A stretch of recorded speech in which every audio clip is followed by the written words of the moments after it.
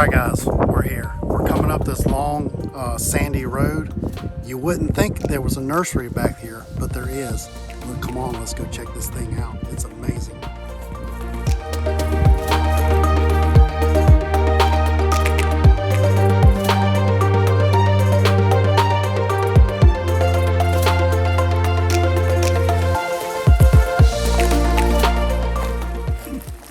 This is probably the most unique nursery I have ever been to in my life. Look at the entryway.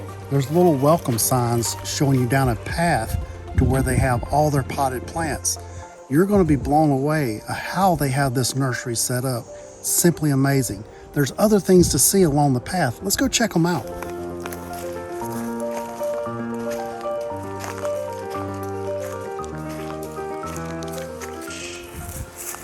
All along this entryway, they have identifying tags identifying their natural plants at this native nursery. So we're going to show you some of those along the way.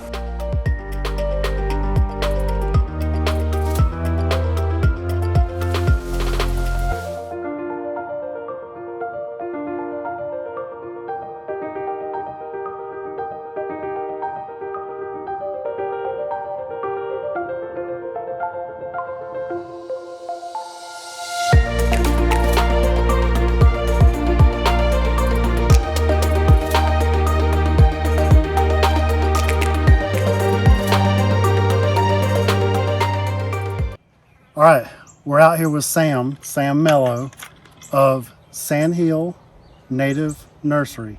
Yes, sir. And I tell you what, I was just blown away from the moment that I walked through the gate and started coming into this nursery. I have never seen a setup like this before. So Sam, tell me a little bit about yourself. So again, my name is Sam Mellow, like you said. I was born and raised in the Clearwater, Tampa area. And I actually ended up moving to the Raleigh, North Carolina area, and then Charlotte, Denver, Colorado with my husband. Wow. And after saying I was never moving back to Florida, I hated it. It was too hot. It was too crazy. Here I am.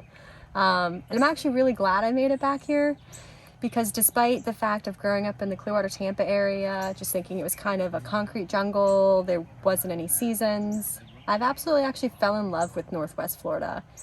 There's so much diversity out here. The plant life is amazing. The wildlife is amazing. And we do actually get some seasons. It's really different from Tampa. It's all different feel. It's an absolute total difference. So what took you to all those different places and brought you back here? Really long story, but to kind of summarize it up, I was with Publix with an ex. We made it to North Carolina. Ex obviously didn't work out. Met my current husband. He always wanted to move west.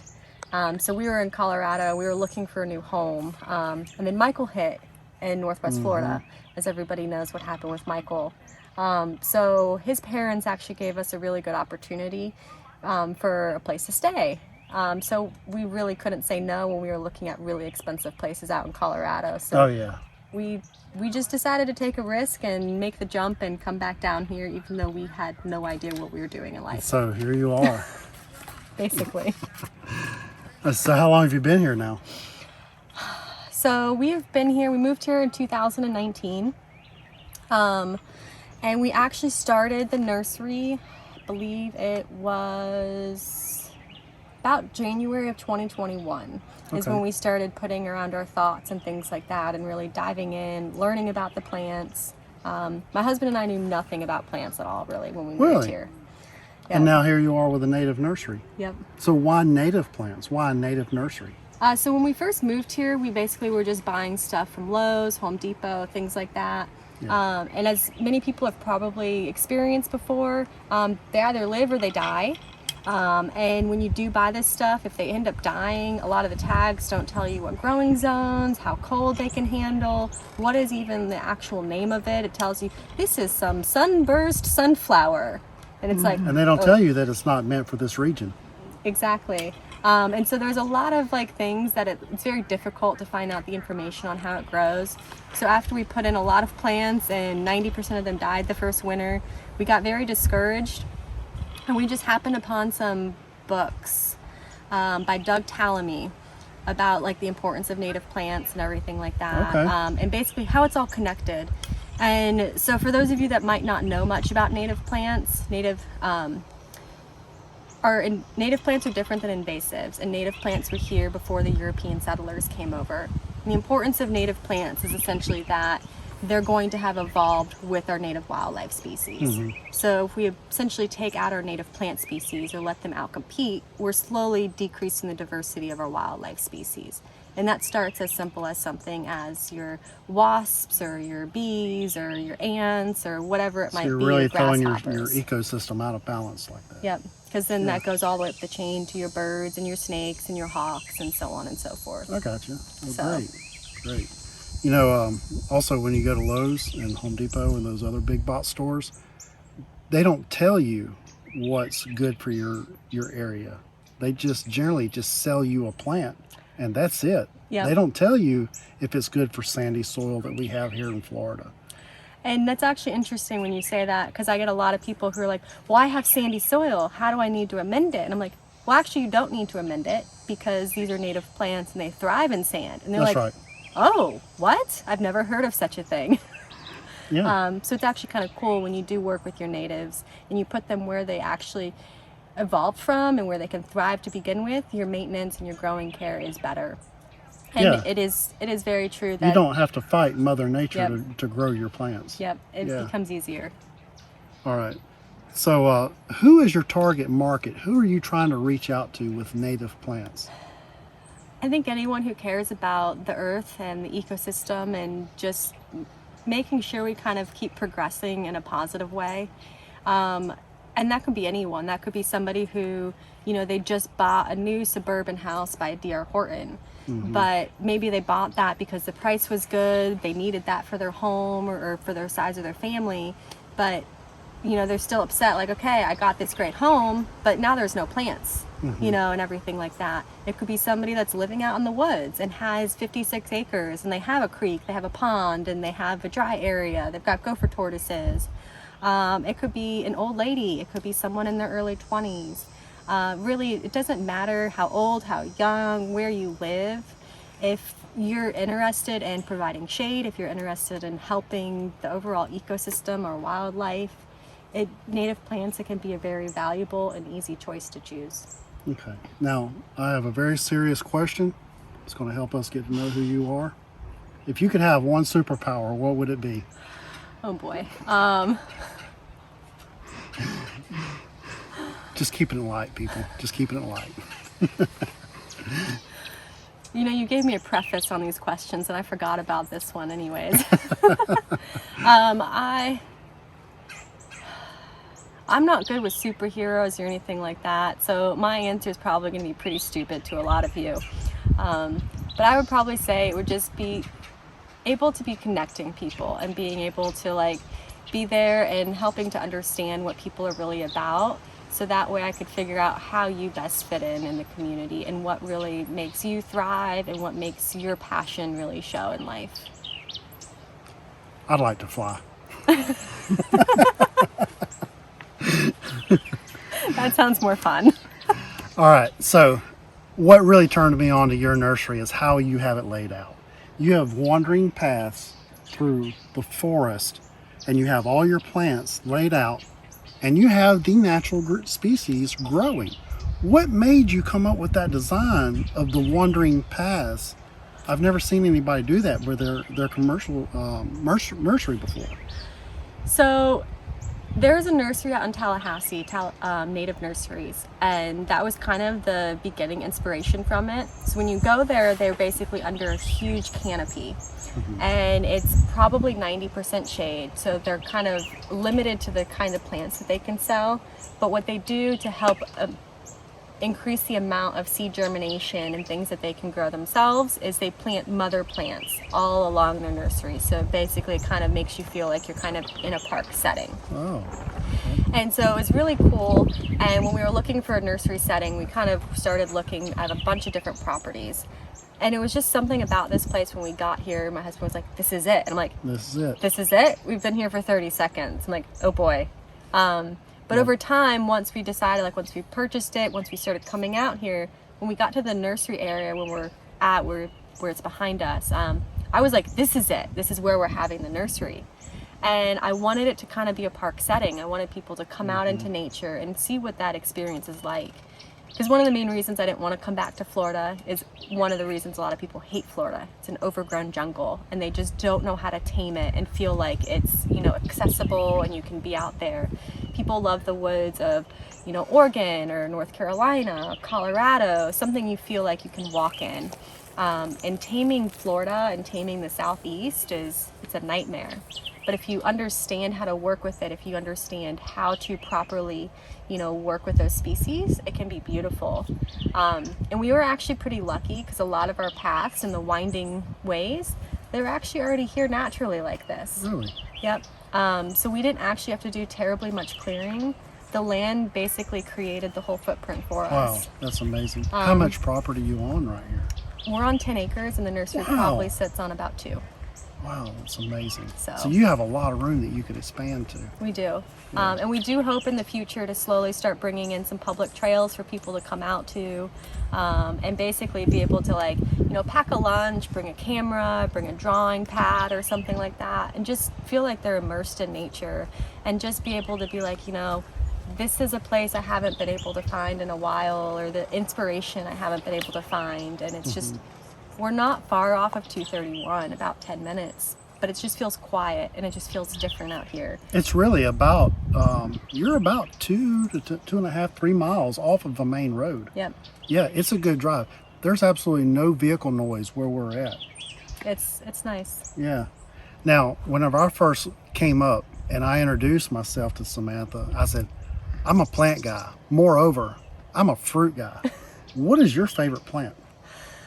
I think that changes on a week-to-week basis. Whatever's in season. Some of my favorites right now are probably going to be some of our grasses. Grasses are really pretty right now. They're in full bloom. They are, and people underestimate grasses, I think. They can provide such crazy texture and color, and people don't really think of grasses as like a pollinator plant. But skippers are one of like our largest butterfly families. Really? And so there's 3 categories in the skipper family. There is the long-tailed skipper, the grass skipper, and of course I'm going to forget it while we're on video. So while you're establishing, essentially grass skippers go for grasses in order to use them as a larval host. If you're a butterfly person or a bee person, these are some plants you might want to consider planting around in your gardens and helping out, you know, the wildlife. Yeah, it's not just the pretty flowers we typically think of. It's everything. It's trees, shrubs, flowers, grasses, vines. Diversity of plants brings a diversity of pollinators. My favorites that she have here are the blueberries. She also has sparkleberry. Nobody really knows that much about sparkleberry, but she has them. And I recommend that if you haven't never tried a sparkleberry, give it a try. You might actually like it. What are sparkleberries good in? Like, how do you? So we actually haven't tried cooking with them yet, but sparkleberries they're fruiting right about now. So they're one of the mini blueberry families, or one of the mini blueberry species. And they're later in the season, obviously a late summer to early fall fruiter. The smaller, a little more tangy. They are somewhat grainy because they have a lot of seeds in them, but I would probably recommend them for their taste. You could use them in a beer, a wine, try them in a champagne, give them in a pie, go for a jam. Just be creative with them, and I like them as is. I don't mind the little texture in them. A lot of people do, a lot of people don't. So it's also knowing your edibles, knowing your wild edibles, because you don't typically want to just go out and try anything that's out there in the wild if you don't know what it is, because it could be poisonous. But if you do happen to come out here to the nursery during this time of season we have them, I can point you in the direction. You can try them out here. You'll know it's a safe source, and it can be something where you can just get creative. I just want to take a second and highlight some of the edibles that you have. Pawpaw. She has pawpaw. Like, nobody this time of the year has pawpaw for sale, but you've got them. And they're good looking plants. You've got blueberries, mulberries. What are some of the other edibles that you have? We've got pecans, black walnuts, elderberries, pignut hickories. We've got On the herb side of things, we've got an edible mint species. We've got spotted bee balm, which can be used as a thyme and oregano substitute. Okay. I think there's another one I'm missing. We do have crab apples. Really? Yep. We can get persimmons, but we don't currently have any of those in Well, stock. you've got enough growing wild So. around. You don't. Okay, So. now you mentioned that you have a nonprofit also that you participate in. Can you tell us a little bit about the nonprofit? Yeah, so the nonprofit I run is basically,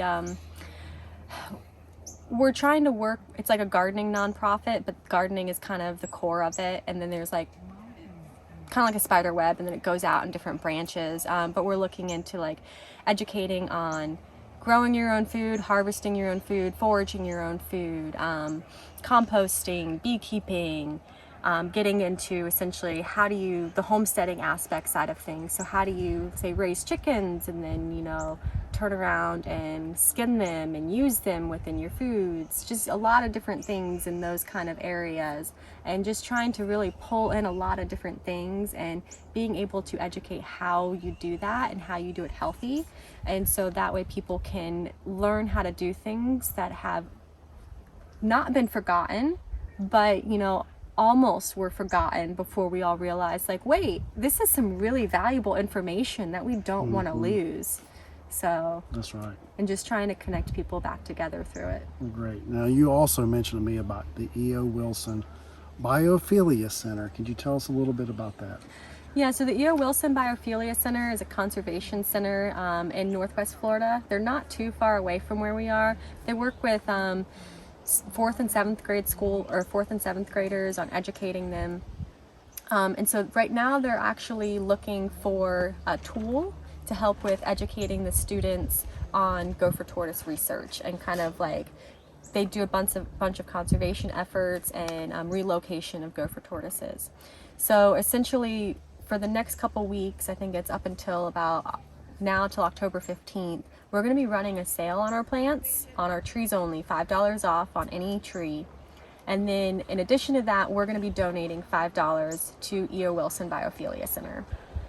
So until October 15th, we're going to be giving $5 off on any tree. So 3 gallons, 5 gallons, 7 gallons. And then we're also going to be giving an additional $5 donation to the E.O. Wilson Biophilia Center. Now, if you decide that you want to take your $5 off and actually donate your $5 off, you're welcome to do that and help us increase our donations to the E.O. Wilson Biophilia Center to help raise some money to get this tool for their educational program for the gopher tortoises. So come on out, I guess, get some trees, plant some trees, provide some shade, attract some wildlife, and help raise some money for the E.O. Wilson Biophilia Center. Now, one more question. How can people find you? How can people get in touch with you? Pretty easy. So we're on Facebook. It's our main way of communicating with people. So just look up Sand Hills Native Nursery on Facebook. You can find us. You can message us on there. You can email us at sandhillsnativenursery@gmail.com. What's your physical address? Our physical address is going to be on our website. It's going to be on our Facebook page. If you want to hear it, it's also 19326 Merritt, which is MERRITT Road, Fountain, Florida.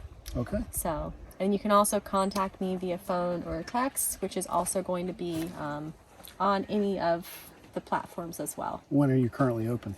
We're open Thursday from 12 p.m. to 5 p.m. and Fridays and Saturdays 9 a.m. to 5 p.m. That's wonderful. Well, thank you for taking the time and telling us about your wonderful nursery. I have absolutely had a blast coming out here. It's such a laid-back little nursery. You can come out and chill and get to know Sam a little bit and learn a little bit about some of the natural species. Thank you for taking the time and tell us about your setup. Well, thank you guys for doing this. All right. We'll see you next time. All right, guys. Don't forget, keep growing, keep building, and always keep adventuring. And together, we're Flomaton Folks. We'll see you next time. They even have mayhaw.